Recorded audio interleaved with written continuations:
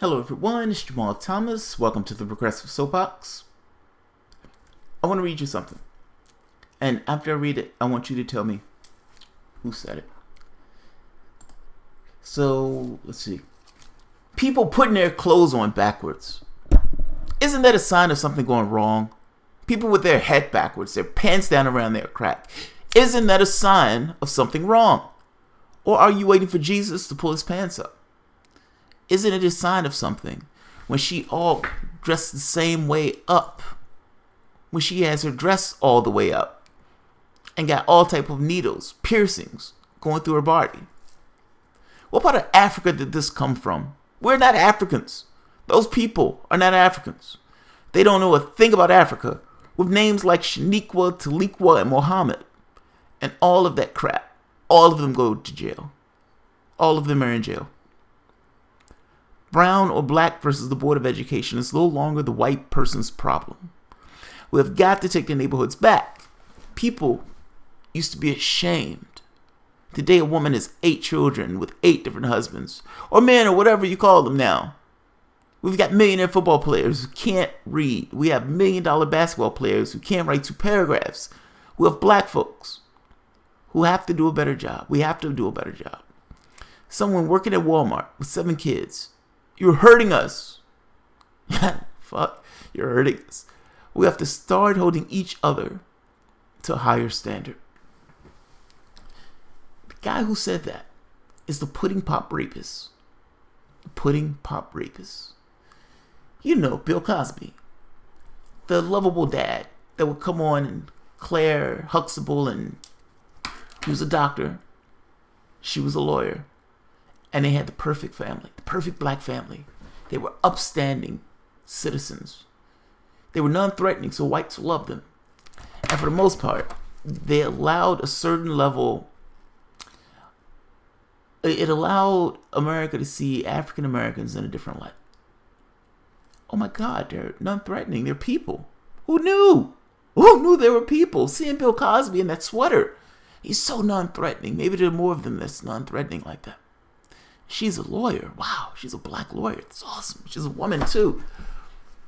And look at Theo. They're the perfect kids. I'd have my kids play with their kids. They seem perfectly okay. They seem like an actual family. Now,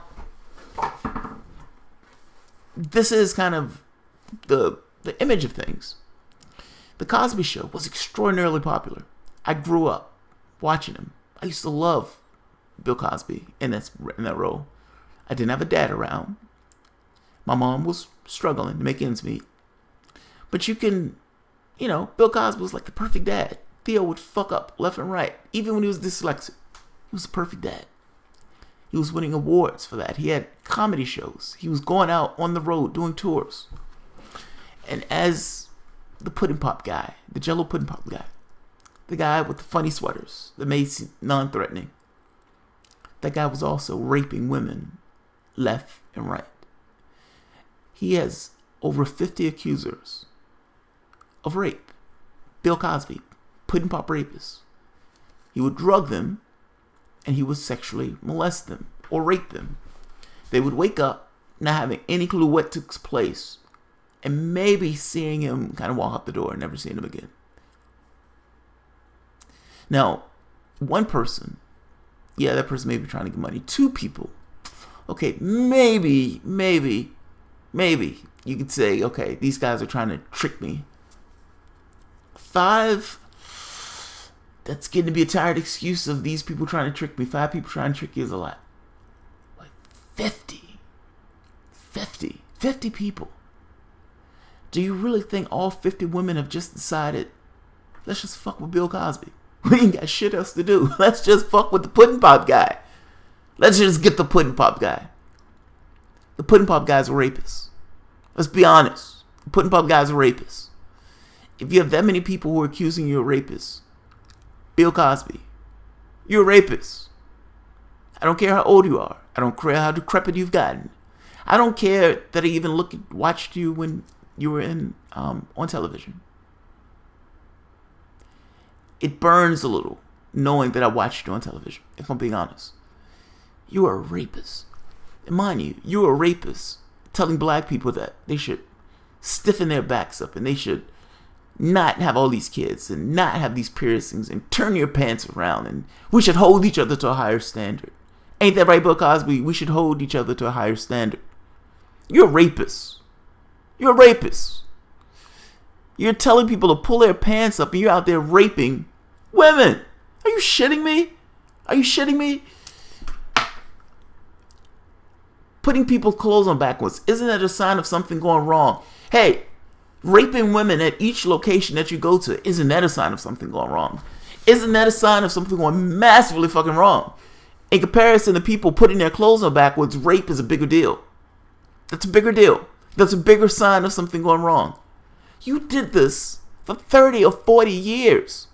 And because of your stature, because of your being Bill Cosby, the Puddin Pop guy wouldn't rape anybody. Yes, the Puddin Pop guy was raping people. And his celebrity and his image was essentially a deflection from all of the blame that was, or all of the crimes that were being committed. It's like nobody would expect the Puddin Pop guy to rape somebody. So there's no way. So you as a female thinking you are completely isolated dealing with the Puddin Pop guy, Bill Cosby, he puts a sweater on after he rapes you. Are you going to bring that case up? Are you going to think maybe I'm the only one? Maybe he just did me. And are you going to bring that case against Bill Cosby? You don't know that there's others. You think you're isolated. You think you're alone. You find out there's others. And your thought is, there's more people like I am. I'm going to do something about this. Now, there was so much talk about this. Meaning people were talking so much about Bill Cosby being a rapist. Somebody had to do something.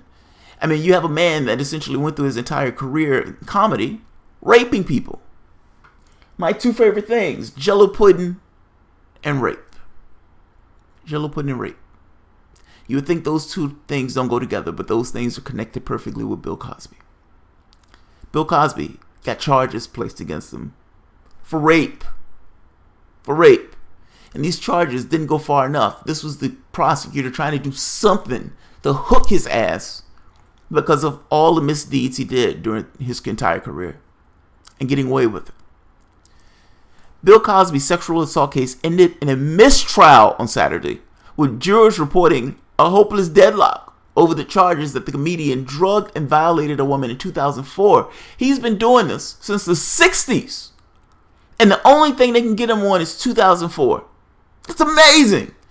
These women were terrified. Like, I don't think people understand this thing of power where you look at this and say, this guy is impeachable. There's no way I can bring a case against him. There's no way I can bring a case against him. I don't want to bring that on myself. I'm not going to do it. And just in year after year after year, he's emboldened by the people not doing anything. There's a case, in one of the cases I was reading, where he just kissed the woman outright. Just literally gets her alone and jumps on her. Is this the behavior that Bill Cosby is talking about? We should keep people to higher standards? Are you telling me that my pants is on backwards, but rape is okay? Is that what you're telling me? My pants is on backwards. You shouldn't have piercings. I have a shitload of piercings, but you're a rapist. You're a rapist. My piercings are perfectly fine. You being a rapist, not so much. Not so much. A deadlock. This is a slap in the face, man. After deliberating for more than 52 hours since Monday, a weary panel told Judge Stephen T. O'Neill that they could not reach a consensus against the 79-year-old who faced 3 counts of aggravated indecent assault, each carrying a possible 10-year prison term. In a press conference, Steele and Cosby's accuser, Andrea Constant, was entitled to a verdict. Well, that's what it is. She's entitled to a verdict. And said his team would push forward and try to get justice done. Asked if he would consider a lesser charge, Steele said the charges are what they are. Lawyers for Constant issued a statement on her behalf, which said the trial had given a voice to the many victims who felt powerless in silence. It did give a voice, but it also was smacked down by this particular thing. This is amazing to me.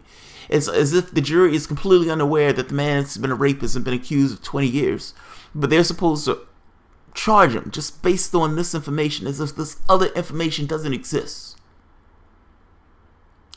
He's been a rapist for 40 and 50 years, and the only charges they can bring is this one, and they can't even call it rape. Aggravated indecent assault. Now, I am typically against what I think are this thing of blaming the guy right off the bat, because there's no way to know. There's no way to know. Two people are in an incident. One person said rape, the other person said no, that didn't happen. All right? Am I really going to just assume that the guy is lying? No, I'm not. Those people are equals, meaning each story has to be interrogated for what the story is. I understand that if she was raped, it's a travesty to have to do that. But certainly you can understand there's a level of fairness you have to give to the other person just being a human being. But when you have 50, I mean, that number is so mind-blowing to me, where he has been doing this for so many years. You have all these women who came out saying, and the number may not be 50, but it's up there, it's like 40-something. When all these women are coming out that way, and the only thing you can get them on 3 counts of indecent assault, and those 3 counts have to represent the carnage and the damage and the turmoil that was done to one woman after the next, over and over and over and over and over again. Drugging, molesting, pushing Bill Cosby, getting them in alone, and doing the puddin pop push up against the wall, trying to molest that particular person, rape that particular person outright because he didn't have his drugs on him. Outside the courtroom, Cosby stood with head bowed as his publicists and attorneys made the statement over shouted questions from a waiting media. As we looked up, I see the rain coming down, and it reminds me of what my grandmother used to say, said Cosby publicist Andrew Watt, in the first of many remarks, touched by hyperbole. These are God's tears, and this is the day that the Lord has made America trust again. Are you fucking kidding me? Are you fucking kidding me? He's been charged with rape. A 79-year-old puddin pop eating comedian has been charged with rape. He's been going through his entire career raping one woman after the next. Let's say it's not 50. Let's say it's 25. Hell, let's say it's 10. Let's say all the other women, for the most part, are craving and just trying to get him. It's still 10. I'm making this point that this number is so massive that you can cut down massive amounts of the number, and you're still ending up in this place that this man caused a massive amount of carnage as he went through his life, and he suffered no repercussions from those things. Meaning he was able to get away with it, accrue massive amounts of wealth, and maintain a certain degree of fame that's not afforded to anybody else in this country, or most people in this country, including this air of dignity about him, where he can talk down to other people, telling them to turn their pants around and stop putting in piercings. The prosecutor needs to redo this. He needs to redo this. He needs to bring those charges back. I don't know what's wrong with those other jurors, but he needs to bring those charges back. And just to put a finer point on it,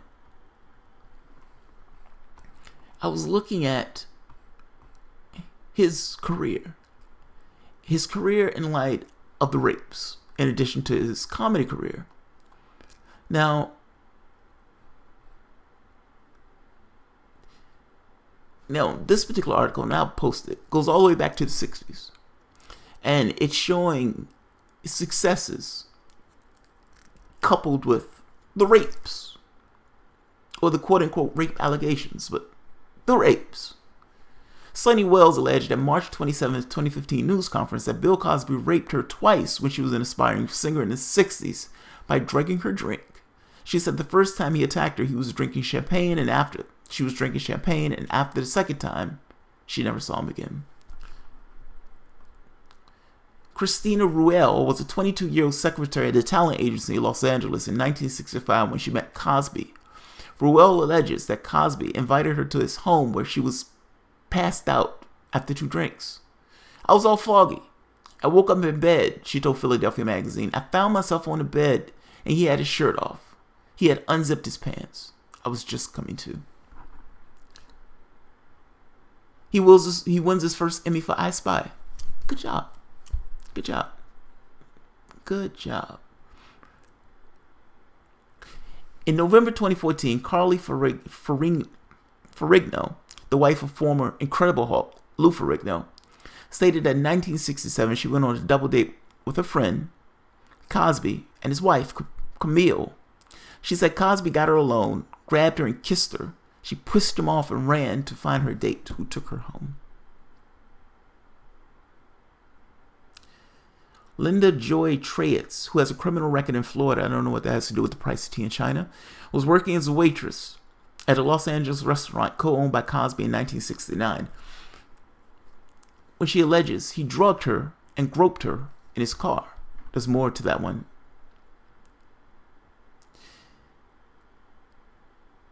Joan Terrace, in 1969, was pursuing an acting career at the age of 19. Cosby allegedly forced her to perform oral sex on him to one of the counters, drugged her, and raped her in another.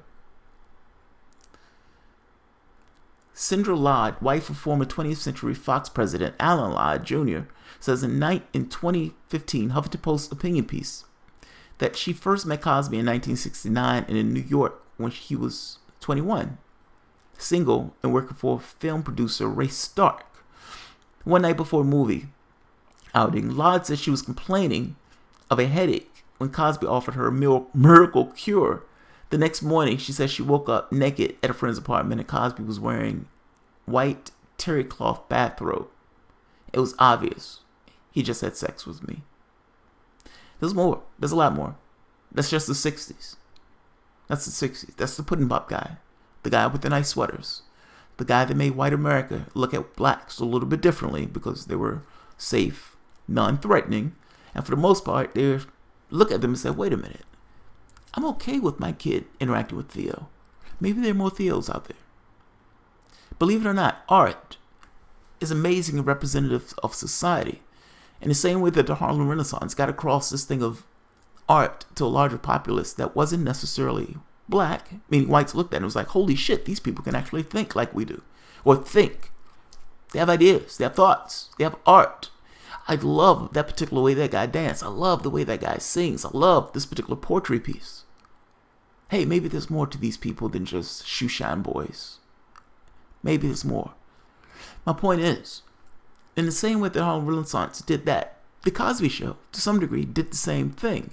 Just like Will and Grace, in some way, did that for gays. Puddin Pop Guy's a rapist.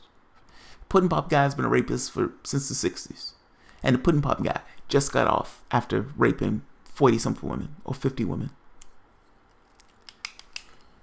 We keep an eye on the case. We keep an eye on the case. I mean, after all, Bill Cosby did say we should hold each other to a higher standard. And I would argue that by any measure, rape is pretty low. It's pretty low. Everything that you complain about of blacks in this piece, rape is worse. Rape is worse.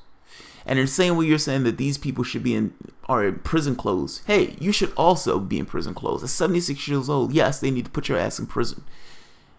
If you did 50, 60 rapes, which there's no way these women are just bringing this shit up like this. You should be in prison. You should be in prison. Walking around in an orange jumpsuit, just like the people you decry in your article for being a rapist. You're worse than anything that you've said that these people do in their article. You're a rapist. You're a serial rapist at that. You caused massive amounts of carnage, and you didn't even have the balls to not drug them. Meaning, in the same way that I want a kleptocrat in that office because I want to know, it sounds bad, but it's coarse. I want to know when I'm being fucked. I don't want the person to pretend. Well, same thing. There's a certain level of grossness to the whole thing of, I'm going to drug this woman, and when I wake up, I'm going to be halfway out here and she's not going to know what happened. Over and over and over and over again. That's amazing. All right, I end it here. If you enjoy the content, feel free to share, rate, subscribe. You can always support the work through Patreon. Thanks, guys.